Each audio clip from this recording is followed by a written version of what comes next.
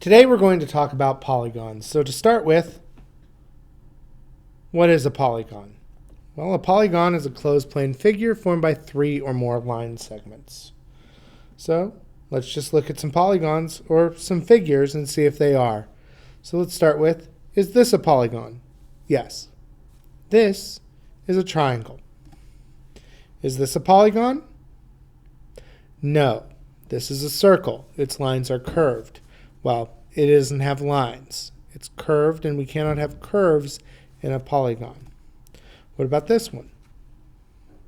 Yes, this is a square, so it is a polygon. All of its sides are straight lines, and it is closed. Next, it is no longer a polygon because we've curved its edges, and therefore there are curves, and it makes it not a polygon. Is this a polygon? Yes.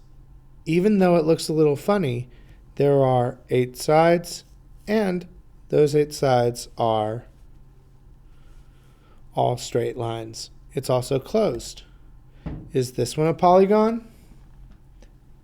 No. The reason why is this corner right here.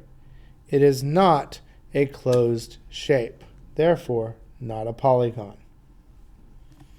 Is this a polygon? No. We cannot have overlapping parts. While this could arguably be 2 polygons that share a vertice, it is not a polygon. All polygons are congruent in an equilateral. All sides are congruent in an equilateral polygon. You might remember this from when we talked about triangles.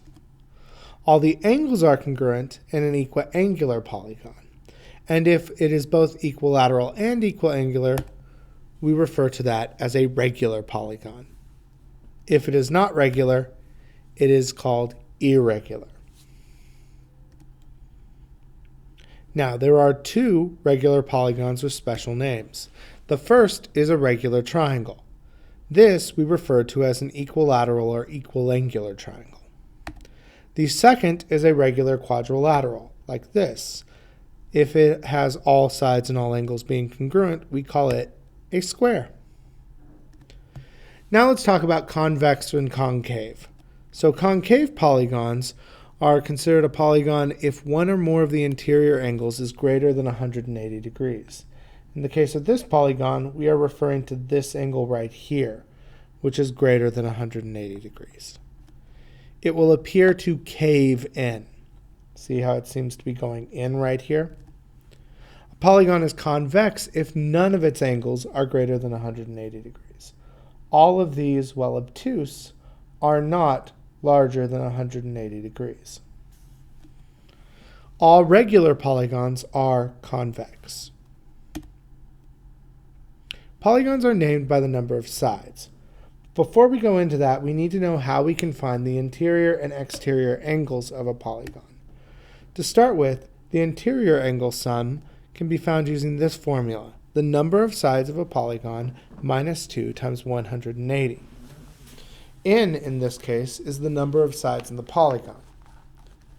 The exterior angle sum will always be 360 degrees.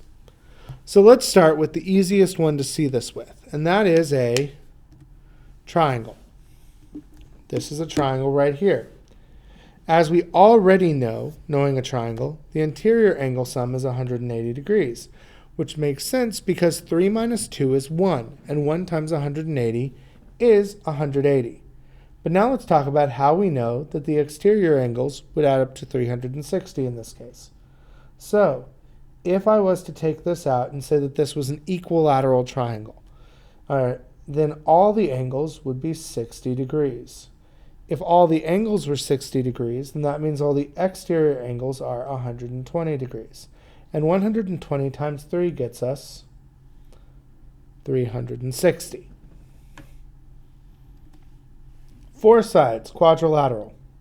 If a figure has 4 sides, it is a quadrilateral. In this case, I have shown a square. All 4 angles of a square are 90, which means that if you add them together, you get 360. Also, 4 minus 2 is 2. 2 times 180 gets us 360. The exterior angles once again, the one exterior angle, if one of the angles was 90, would be 90.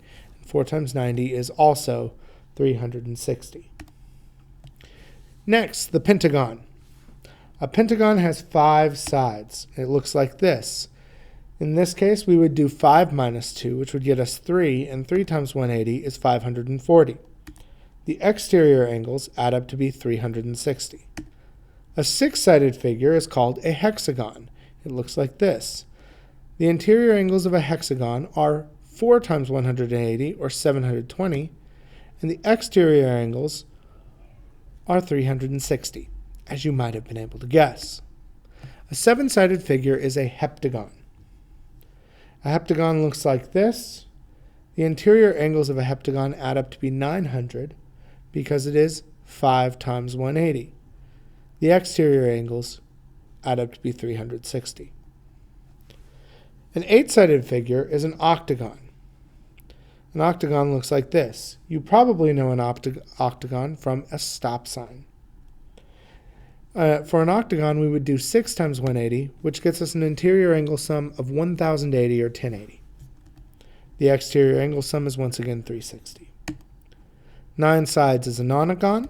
A nonagon looks like this.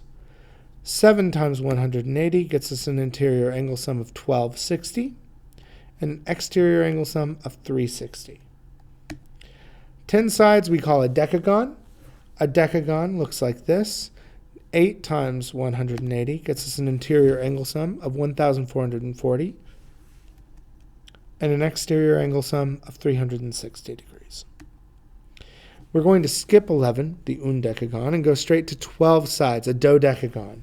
A dodecagon ends up looking like this, and because 12 minus 2 is 10, 10 times 180, we just add a 0, 1,800 is our interior angle sum. The exterior angle sum continues to be 360.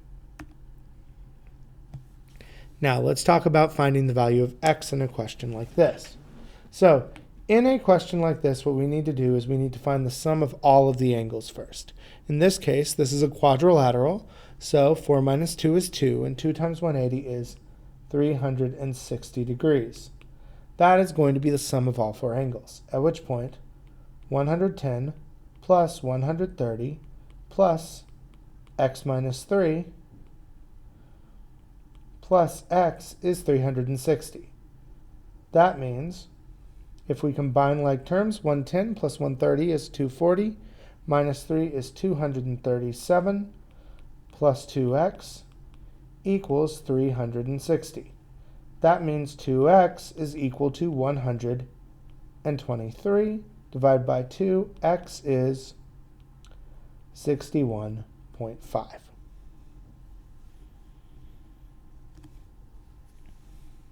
Now let's look at this problem. In this case, there are 6, which means we do 6 minus 2 times 180 gets us 720. So x plus 22 plus x plus 22. And we have to remember our right angles here. It's very easy to forget those. So plus 180 equals 720. Let's try writing that a little bit better. 720. So at that point, we just need to combine our like terms. So in this case, for x plus 180 plus 44 ends up being 224 equals 720.